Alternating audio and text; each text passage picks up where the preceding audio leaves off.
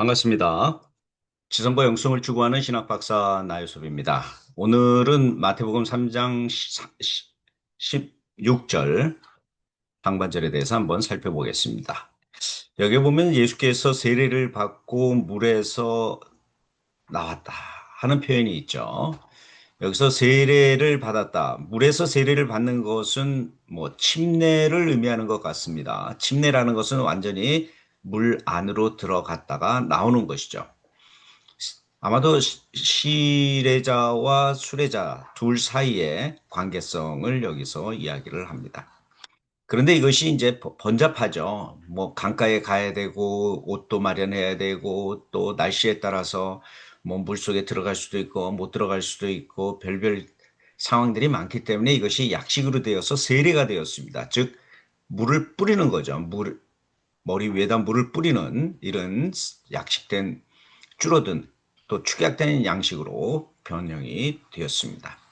아마 예수께서 물에서 세례를 받았다고 하는 것은 분명히 침례를 의미하는 것이 맞습니다.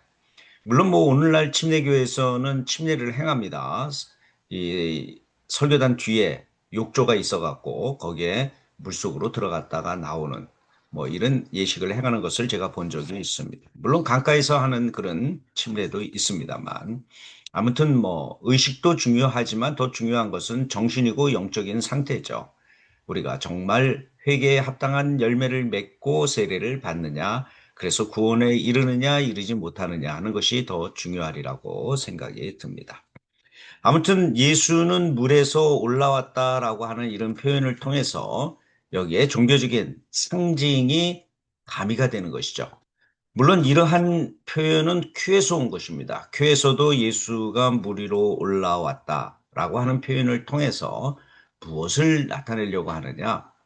마태복음 저자 역시 이것을 받았고 또 마가복음 저자 역시 이것을 받았습니다.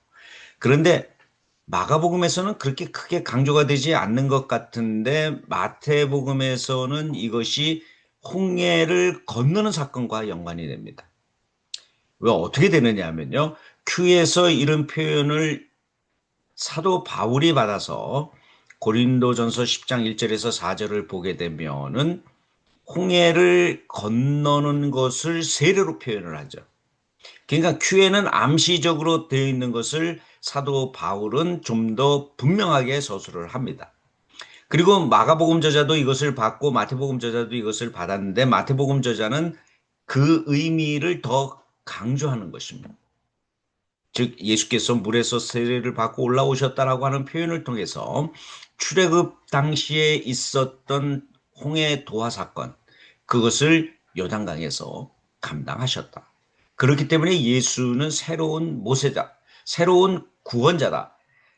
모세는 민족을 구원한 사람이라고 한다면 예수는 전 인류를 구원할 영적인 구원자다 하는 것을 전하고자 하고 하는 것을 우리는 알아야 할 것입니다. 그리고 마태복음 저자는 한 걸음 더 나아가서 여기에다가 창세기와의 연관성을 심고 있습니다. 어떤 것이냐 하면 창세기 1장 2절을 보면 수면이라고 하는 단어가 나오죠.